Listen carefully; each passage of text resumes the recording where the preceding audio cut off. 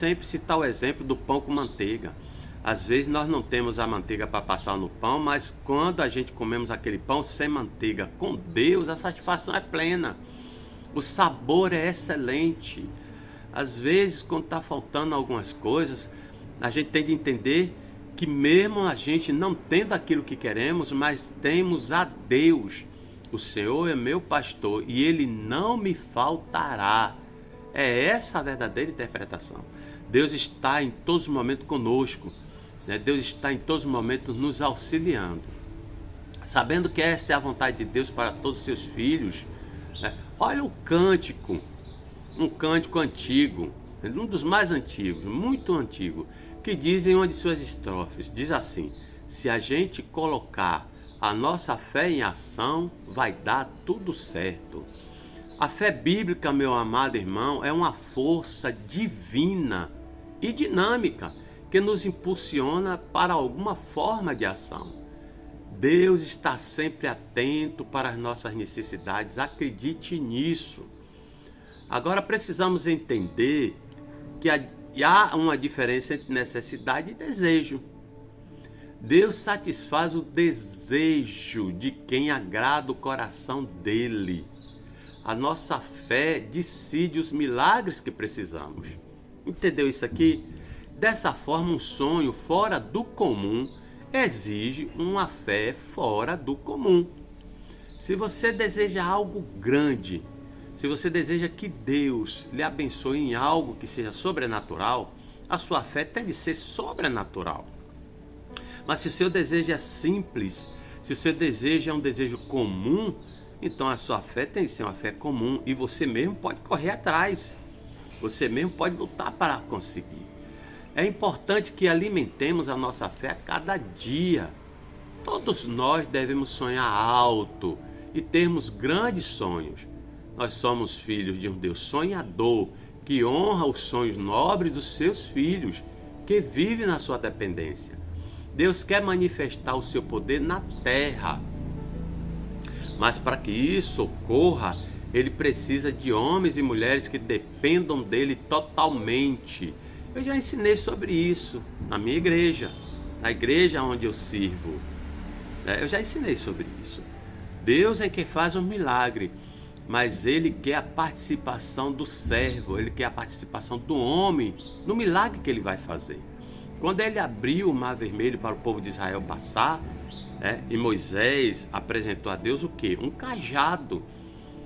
Eis aqui, pai, eu tenho um cajado na mão. Foi o que Deus disse: toque na água com esse cajado. Assim foi com Elias, quando quis atravessar o rio Jordão. Foi que ele fez, o que é que ele tinha na mão? Ele tinha na mão uma capa.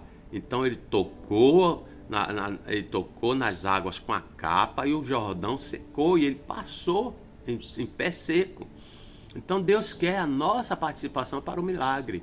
Tire a pedra, disse Jesus Cristo. Jesus ia ressuscitar Lázaro depois de 4 dias de morto.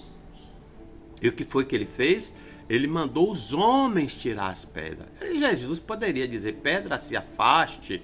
Ou Jesus poderia orar e a pedra automaticamente desapareceria, iria para um lado, para o outro, ou subiria, não sei. Mas ele mandou que os homens tirassem a pedra. No casamento em Caná da Galileia, foi o que Jesus Cristo disse para os servos, os trabalhadores: peguem as talhas e encham de água.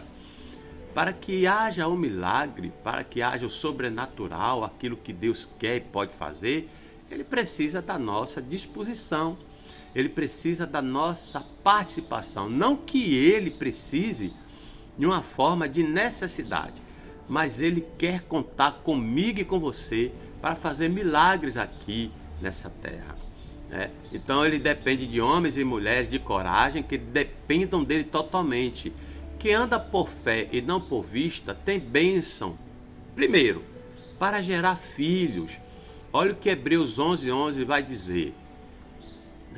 Pela fé também a mesma Sara recebeu a virtude de conceber e deu à luz já fora da idade, porquanto teve fiel aquele que lhe tinha prometido. Segundo, fé para multiplicação. Lá mesmo em Hebreus 11, versículo 12 diz: pelo que também de um e esse já amortecido, descenderam tantos em multidão como as estrelas do céu e como a areia do mar. Terceiro, a fé. Quem tem fé recebe capacidade para oferecer a Deus o melhor. Olha o que está escrito em Hebreus 11:17. Pela fé, Abraão, sendo provado, ofereceu Isaque. Sim, ia oferecendo o seu unigênito, aquele que recebera a promessa. Olha aí, pela fé a fé. 4. Pela fé também o crente recebe a capacidade de crer para a ressurreição. Hebreus 11:19 e 20 vai dizer o seguinte: sendo-lhe dito em Isaque será chamada a sua descendência, Abraão considerou que Deus era poderoso até dentre os mortos o ressuscitar. Daí também, em figura, ele o recobrou. 5. Pela fé, você pode alcançar uma herança na terra. Hebreus 11, versículo 8 diz: pela fé, Abraão, sendo já chamado, obedeceu, indo para um lugar que havia de receber por herança, e saiu sem saber para onde ia. Uma cidade celestial o estava aguardando, porque esperava ele a cidade que tem fundamentos, da qual o artífice e construtor é Deus. Tá bom? Então use a fé e receba essas 5 bênçãos, né? Bênção para se multiplicar, bênção para gerar, bênção, né, para conquistar, bênção para desbravar novos terrenos, novos horizontes. Eu quero contar para você um pequeno testemunho, né, de um pregador muito famoso, talvez um dos melhores pregadores desse século, o irmão Hagin. Ele conta uma história que ocorreu na sua juventude, quando ele trabalhava em um posto de gasolina de um tio. Todas as manhãs havia um certo homem que metia 50 centavos de gasolina, cerca de 20 litros naquela altura. De segunda a sexta, o homem vinha sempre na mesma hora e colocava sempre a mesma quantia. Ao fim de um tempo, Reagan perguntou ao homem por que razão ele não enchia o tanque.